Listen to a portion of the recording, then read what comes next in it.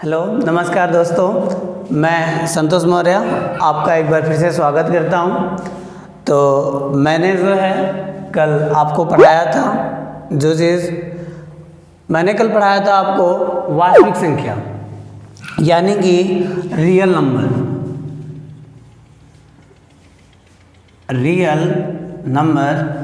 मैंने वास्तविक संख्या आपको पढ़ाया था। मैंने वास्तविक संख्या में बताया था कि वास्तविक संख्या दो भागों से मिलकर के बनी है, या फिर वास्तविक संख्या के दो पार्ट हैं, एक रेशनल नंबर और एक इरेशनल नंबर, यानी कि परिमेय संख्या और अपरिमेय संख्या। तो मैंने आपको बताया था कि जो रियल नंबर है वो दो भागों में बांटा गया है। पहला रेशनल नंबर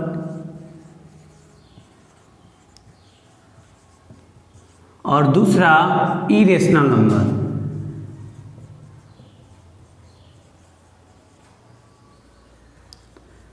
यानी कि परिमेय संख्या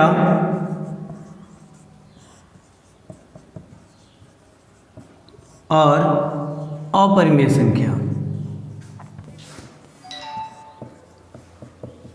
अपरिमेय संख्या तो मैंने आपको बता दिया था कल कि परिमेय संख्या किसे कहते हैं। आज का हमारा टॉपिक था कि अपरिमेय संख्या किसे कहते हैं। तो आइए हम जानते हैं अपरिमेय संख्या के बारे में। मैंने अभी आपको बताया अपरिमेय संख्या के बारे में। अपरिमेय संख्या किसे कहते हैं, आइए हम इसकी परिभाषा को जान लें। तो वो संख्या जिसे हम p/q के रूप में प्रदर्शित नहीं कर सकते उसे अपरिमेय संख्या कहते हैं। तो आप एक बार फिर से मेरी बात को सुनिए कि वो संख्या जिसे हम p/q के रूप में प्रदर्शित नहीं कर सकते उसे हम अपरिमेय संख्या कहते हैं। तो बहुत से बच्चे सोचेंगे कि p/q क्या है, तो मैंने बहुत ही अच्छे से ये समझाया है p/q को परिमेय संख्या में। जो मेरा पहला वीडियो था उसमें मैंने समझाया है कि परिमेय संख्या क्या होती है। मैं एक बार पुनः रिवाइज करा दूं तो वो परिमेय संख्या किसे कहते हैं पहले वो जान ले, फिर हम अपरिमेय संख्या के बारे में जानेंगे। तो हम छोटा सा ये पढ़ लें परिमेय संख्या के बारे में। तो मैंने परिमेय संख्या के बारे में पहले वीडियो में बताया था कि वो संख्या जिसे p/q के रूप में प्रदर्शित किया जा सकता है और q का मान 0 के बराबर ना हो। देखिए ऐसी संख्या जिसे p/q के रूप में प्रदर्शित किया जा सके और q बराबर 0 ना हो तो उसे हम परिमेय संख्या कहते हैं। जैसे कोई नंबर है जिसे हम p/q के फॉर्म में व्यक्त करें, जैसे 4/3, और इसकी कंडीशन थी कि q का मान कभी भी 0 नहीं होना चाहिए। मतलब जो ये नीचे यानी कि हर के रूप में जो संख्या है उसका मान 0 के बराबर नहीं होना चाहिए। तो उस संख्या को हम क्या कहेंगे, परिमेय संख्या कहेंगे। मतलब कि अगर कोई संख्या लिखी गई है अंश और हर के रूप में और उस संख्या का हर जो है 0 नहीं है तो उसको हम क्या कहेंगे कि वो संख्या क्या है, परिमेय संख्या है। ठीक है, कोई संख्या लिखी गई है अंश और हर के रूप में और उसके हर का मान 0 के बराबर नहीं है तो उस संख्या को हम क्या कहेंगे, परिमेय संख्या कहेंगे। तो अपरिमेय संख्या के बारे में हम जान लें, क्योंकि ये इसी का ऑपोजिट होती है।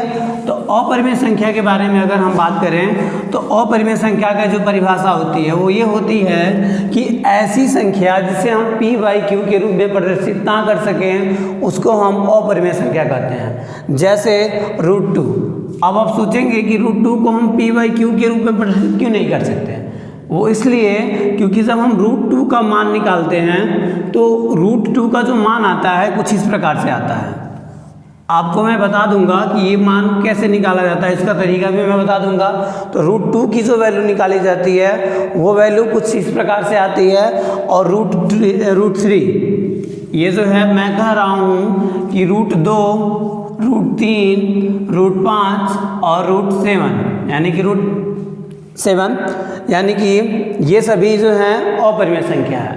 तो आप बताइए मैं इन्हें क्यों अपरिमेय संख्या कर रहा हूँ, मैं इसके बारे में बात करने जा रहा हूँ। और ये जो वैल्यू आई है वो कहाँ से आई है मैं इसे बताने जा रहा हूँ। तो देखिए जब हम √2 का वैल्यू जब निकालते हैं, अभी मैं बाद में बताऊँगा कि ये वैल्यू कैसे आई है, पहले ये समझ लीजिए कि जब हम √2 का मान निकालते हैं तो मान ऐसा आता है। जब हम करनी में 3 यानी कि √3 का मान निकालते हैं तो वो मान कुछ ऐसा आता है। तो यानी कि अपरिमेय संख्या की दूसरी परिभाषा ये है कि वो संख्या जिसकी वैल्यू हम फाइंड करें तो उसकी वैल्यू ना तो रिपीट हो और ना ही पूरी तरह से वो विभाजित हो, तो उस संख्या को हम अपरिमेय संख्या कहते हैं। जैसे आपने देखा होगा कि आप कभी भाग देते हैं तो कुछ नंबर ऐसे होते हैं जो आगे चल करके क्या होते हैं, कट जाते हैं। दशमलव में आते तो हैं लेकिन आगे जा करके क्या होते हैं, वो कट जाते हैं। और कुछ नंबर ऐसे होते हैं, देखिए मैं 2-3 टाइप का बता रहा हूँ। पहला, मान लें आप लोगों ने कभी भाग दिया होगा किसी नंबर में, तो आपने देखा होगा कि जब भाग नहीं जाता है तो हम उसे दशमलव में बदल करके करते हैं, तो वो नंबर क्या होते हैं, आगे जा कर के दशमलव में आने के बाद भी आगे जा कर के कट जाते हैं। कुछ नंबर, तो ये पहले टाइप के नंबर हो गए। दूसरे नंबर, कुछ नंबर ऐसे होते हैं जिन्हें हम भाग करते हैं तो वो नंबर कटते तो नहीं हैं पर आगे जा कर के रिपीट होने लगते हैं, आगे जा कर के रिपीट होने लगते हैं। जैसे मैं एक उदाहरण दूं, जैसे मुझे देना है 3 का 2 में भाग देना है, 3 से मुझे 2 में भाग देना है, भाग जाएगा नहीं जाएगा, तो कितनी बार में देंगे, पहले 0 बार में देंगे तो यहाँ 0 आ जाएगा और 2 उतार लेंगे, यहाँ पे पॉइंट लगाएंगे, ये पॉइंट लगा है तो यहाँ पे 0 लगाया जा सकता है। तो 3 6 18, ठीक है, 3 6 18। अब 20 में से घटाएंगे 18 को तो 2 बचेगा, पॉइंट लगा है 0 उतर सकता है, यानी कि मैं इसे यहाँ लिख दूँ तो फिर से 20 हो गया। तो फिर से हम 3 का टेबल कितनी बार पढ़ें, 6 बार, तो फिर से 18 आएगा, फिर 2 आएगा, फिर पॉइंट लगा है, फिर 0 बढ़ाएंगे हम, तो फिर यहाँ पे 20 हो गया, फिर 3 6 18 आएगा। तो ये नंबर क्या हो रहा है, रिपीट हो रहा है, ऐसे 6 6 6 6 आता रहेगा। और मैं पहले नंबर की जो बात किया हूँ कि कुछ नंबर ऐसे होते हैं जो दशमलव में आते तो हैं और वो क्या होते हैं, कट जाते हैं। जैसे मैं हम भाग दें अगर इसका, अगर हम 5 का भाग दें 4 में, यानी कि 5 से हम अगर हम 4 को डिवाइड करें तो भाग नहीं जाएगा, तो हम यहाँ 0 लगा सकते हैं। तो 5 0 0, ये 4 उतर गया, यहाँ दशमलव लगा सकते हैं, दशमलव लग जाने के बाद हम यहाँ पे 0 उतार सकते हैं। तो 5 8 14, ये क्या हुआ, इससे कट गया, ठीक है, ये इससे क्या हो गया, कट गया। तो कुछ देखिए ये अंक है, यानी कि 5/, हम यहाँ लिख दे रहे हैं, यानी कि हम 5/4 अगर कर रहे हैं तो इसका मान जो है आ तो रहा है लेकिन 0.8 ये जा कर के कट जा रहा है। जब हम 3/2 कर रहे हैं तो इसका मान 0.6666 ऐसे आ रहा है। तो यानी कि आप देख रहे हैं, इसको हम क्या कह सकते हैं, ये अभी हम बताए थे कि जिसे p/q के रूप में प्रदर्शित किया जा सकता है उसे परिमेय संख्या बोलते हैं हम। तो परिमेय संख्या का एक गुण और भी जान लीजिए कि देखिए हम यहाँ जब 5 का 4 में डिवाइड किए हैं तो ये जाकर के कट गया, हम 3 का जब 2 में डिवाइड कर रहे हैं तो ये कट नहीं रहा है बल्कि क्या हो रहा है, रिपीट हो रहा है। तो ऐसे में हम कहते हैं कि ये भी क्या है, 5/4 और 3/2 दोनों क्या हैं, अपरिमेय संख्या नहीं है, ये क्या है, परिमेय संख्या है, ये दोनों परिमेय संख्या है। परिमेय संख्या का एक गुण ये भी होता है कि अगर हम किसी संख्या का किसी संख्या में भाग दें, जैसे हमने 5 में 4 से भाग दिया, तो किसी संख्या का किसी संख्या में अगर हम भाग दें तो वह संख्या आगे जा कर के कट जाए, या फिर किसी संख्या का हम किसी संख्या में भाग दें तो वह कटे ना लेकिन आगे जा कर के क्या हो, रिपीट होने लगे, कुछ दूर तक कटे लेकिन आगे जा कर के क्या होने लगे, रिपीट होने लगे। तो ऐसी संख्याओं को भी हम क्या बोलते हैं, परिमेय संख्या बोलते हैं। यानी कि 5/4 3/2 भी परिमेय संख्या ही है, ठीक है, ये क्या है, ये परिमेय संख्या है। लेकिन अपरिमेय संख्या के बारे में हम बात करें तो अपरिमेय संख्या उसे कहते हैं, ये तो एक सिंपल सा इसका परिभाषा हो गया, लेकिन दूसरे शब्दों में हम इसकी परिभाषा इस प्रकार से भी दे सकते हैं कि हम अपरिमेय संख्या उसे बोलते हैं जिसे किसी नंबर में भाग दिया जाए तो वह ना तो कटे और ना ही जो है रिपीट हो, यानी कि ना ही वह दोहरा करके आए।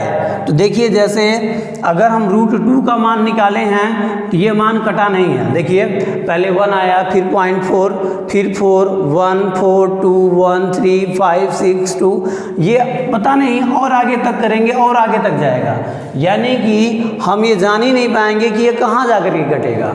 तो इसकी वैल्यू फिक्स नहीं है, हम इसे मान नहीं सकते हैं या फिर हम पूरा इसका मान बता नहीं सकते कि √2 का पूरा मान क्या है, क्योंकि ये √2 आगे पूरा जितना हम इसको करेंगे वो जो है आगे बढ़ता चला जाएगा, ये कटेगा ही नहीं। ठीक है, तो ये कट नहीं रहा है पहला चीज़। रेशनल नंबर क्या होते हैं, कट जाते हैं। ठीक है, मान लीजिए कभी कभी ऐसी स्थिति आती है कि वो नहीं कटते हैं, तो जब वो नहीं कटते हैं तो क्या होते हैं, वो रिपीट होते हैं। जैसे देखिए 6 रिपीट हो रहा था, लेकिन इसमें दोनों गुण नहीं है, ना तो ये कट रहा है और ना ही ये रिपीट हो रहा है। देखिए यहाँ 4 आया, 1 आया, 4 आया, 2 आया, 1 आया, 3 आया, हर बार एक अलग अलग अंक आ रहा है, मतलब कोई समावेश नहीं है, यानी कि रिपीट ही नहीं हो रहा। देखिए हमेशा एक अलग प्रकार का अंक आया है। ऐसे ही करनी में 3 को देखें, देखिए ये भी 3, 7, 3, 2, 0, 5, 0, 8, 0, 7, ये चलता जा रहा है। ये भी ना ये कट रहा है और ना ही यह रिपीट हो रहा है।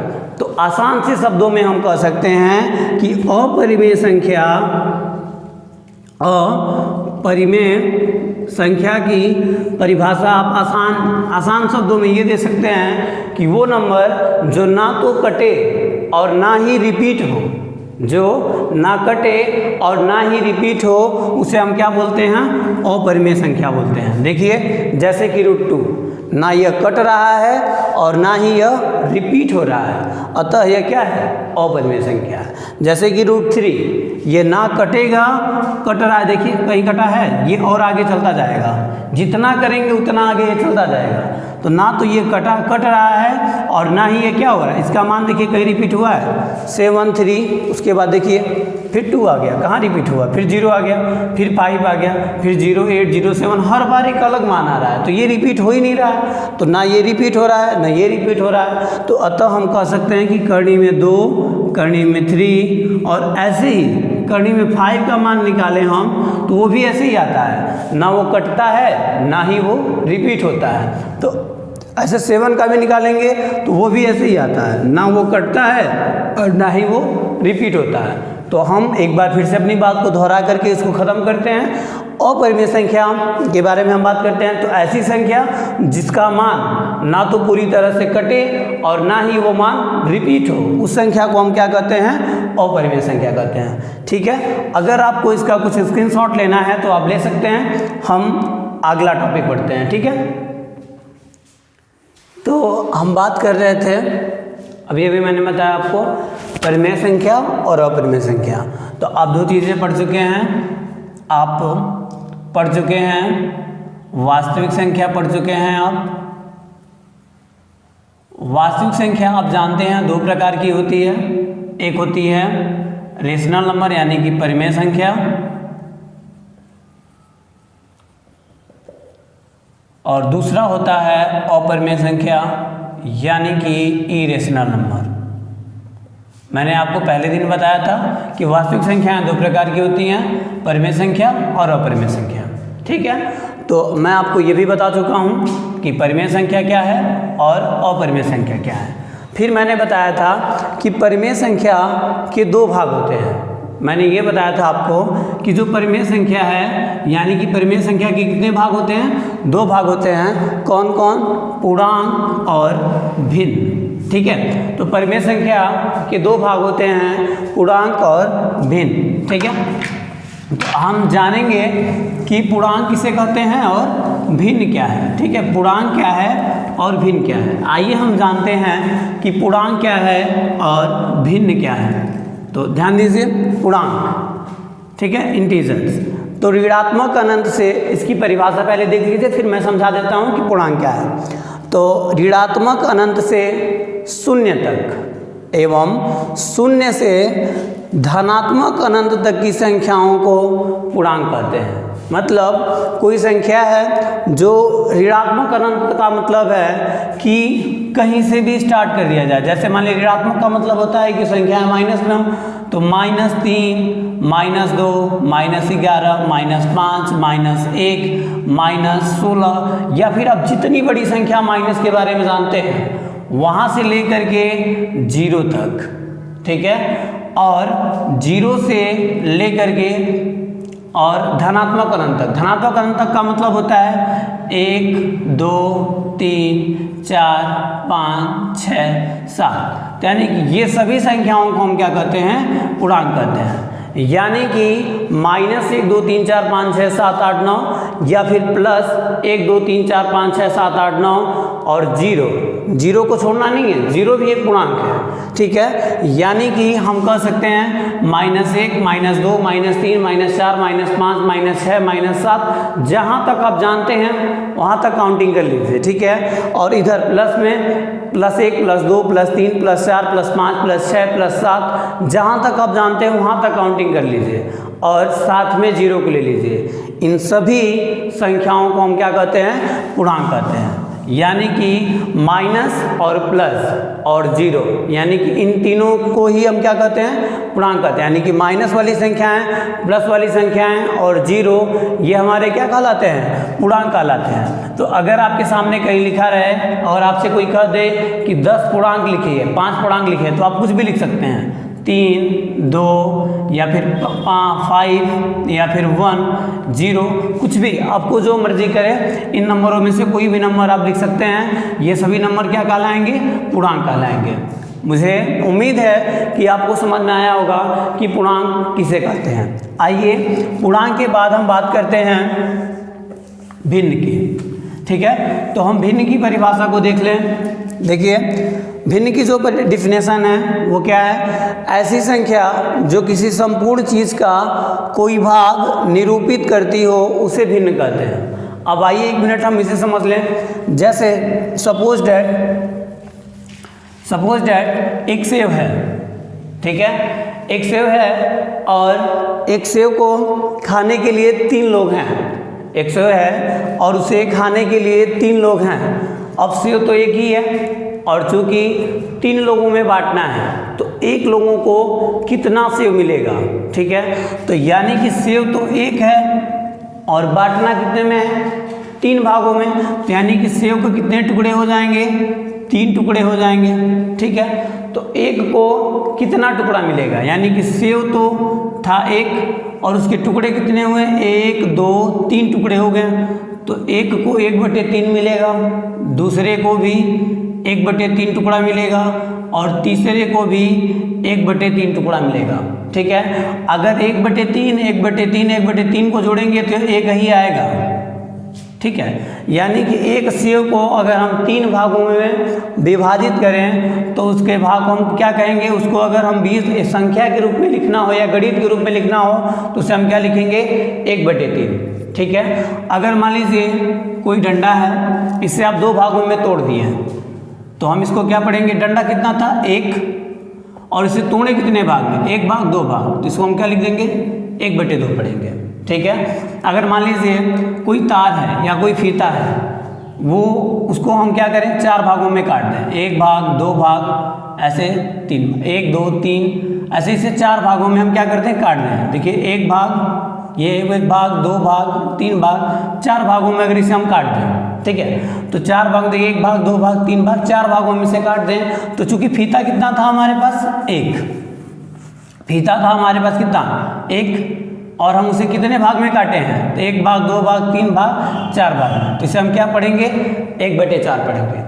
तो यानी कि किसी, देखिए वही तो यही एक आ रहा है कि ऐसी संख्या जो किसी संपूर्ण चीज़ का कोई एक भाग निरूपित करती है, यानी कि कोई एक वस्तु हो और उसके भाग कर दिए जाएं, मतलब उसे बांट दिया जाए, तो वही उसका बंटवारा ही क्या कहलाता है, भिन्न कहलाता है, ठीक है। यानी कि किसी चीज़ को कई टुकड़ों में या कई भागों में विभाजित करना ही क्या कहलाता है, भिन्न कहलाता है। उसे हम भिन्न वाली संख्या के रूप में लिखते हैं। तो आई होप आप समझ गए होंगे कि भिन्न किसे कहते हैं। तो उदाहरण में 1/2 5/7 3/2 या फिर 5/9 7/3, ठीक है, 7/3 7/9 2/5, ये सभी क्या है, भिन्न है, ठीक है। तो अगर आपसे कोई कहे कि 5 भिन्न लिखिए तो आप कुछ भी लिख सकते हैं, 1/2 2/3 5/7 9/5 8/2, तो कोई भी ये सभी क्या है, भिन्न है। तो आई होप आप समझ गए हैं कि पूर्णांक क्या होता है और भिन्न क्या होता है। तो मैं आज जो मैंने पढ़ाया मैं उसे एक बार रिवाइज करा दूं,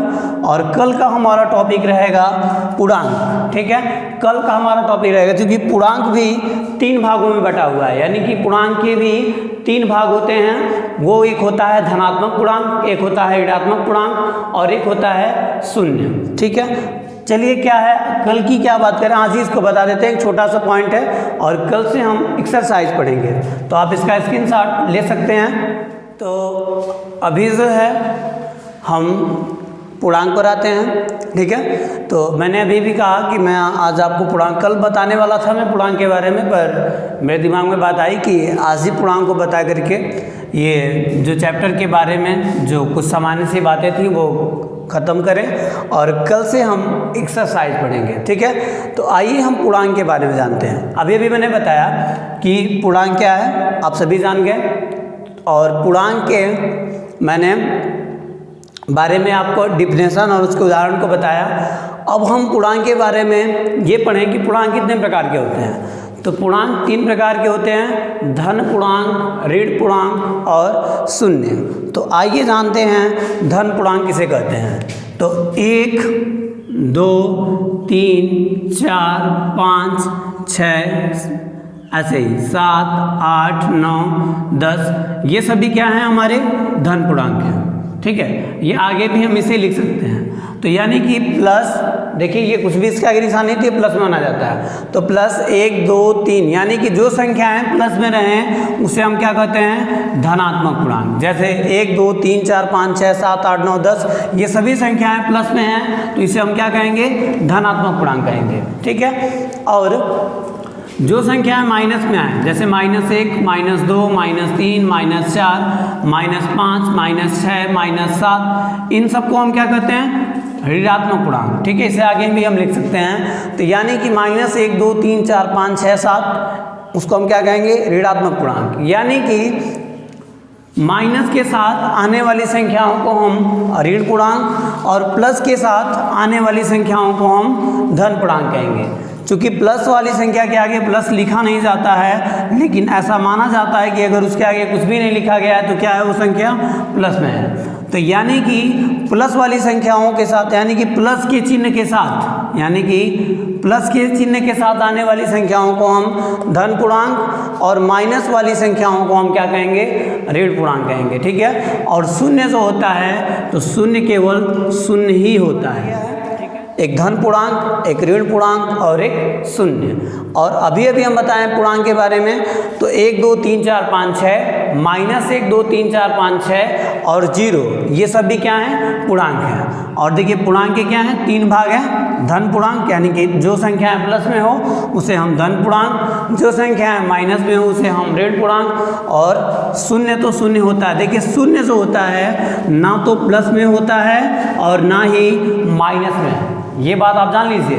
हम शून्य को ना तो पॉजिटिव कह सकते हैं, यानी कि ना ये कह सकते हैं कि शून्य जो है धनात्मक है, ना तो हम शून्य को ये कह सकते हैं कि ये ऋणात्मक है, क्योंकि शून्य ना तो धनात्मक होता है ना तो ऋणात्मक होता है। ठीक है, इसके पहले अगर आप ये बात जानते थे तो अच्छी बात है, नहीं जानते तो जान लीजिए शून्य के आगे कोई निशान नहीं होता है। शून्य ना तो प्लस में माना जाता है और ना ही माइनस में। ठीक है, क्षमा चाहता हूँ, कुछ वीडियो में टेक्निकल इशू हो गया था, तो उसको लेकर के मैं बता रहा था आपको कि शून्य ना तो प्लस में होता है और ना ही माइनस में। ठीक है, तो आज का टॉपिक हमारा ख़त्म है। मैंने जो भी चीज़ें पढ़ाया है आप वीडियो को जो है रिवर्स कर करके देख लीजिएगा उन चीज़ों को, और फिर भी अगर आपको कहीं दिक्कत आती है तो आप मुझे कमेंट करिएगा, और मैं आपको वहाँ से चीज़ें फिर से जो है समझा दूंगा, या फिर अलग आपका एक वीडियो बना दूंगा। हाँ, मैंने एक टॉपिक और छोड़ा है, जैसे √2 का जो मैंने मान लिखा था वो मान कैसे मैंने निकाला था,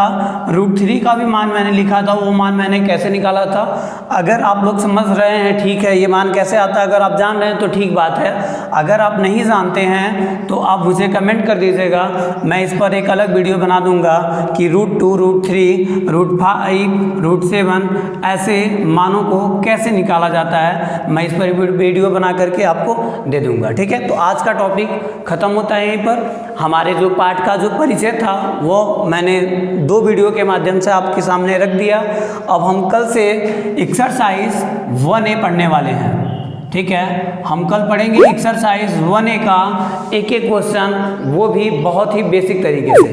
तो अब कल का वीडियो देखना ना भूलें, ठीक है। तो मिलते हैं कल के वीडियो में, धन्यवाद।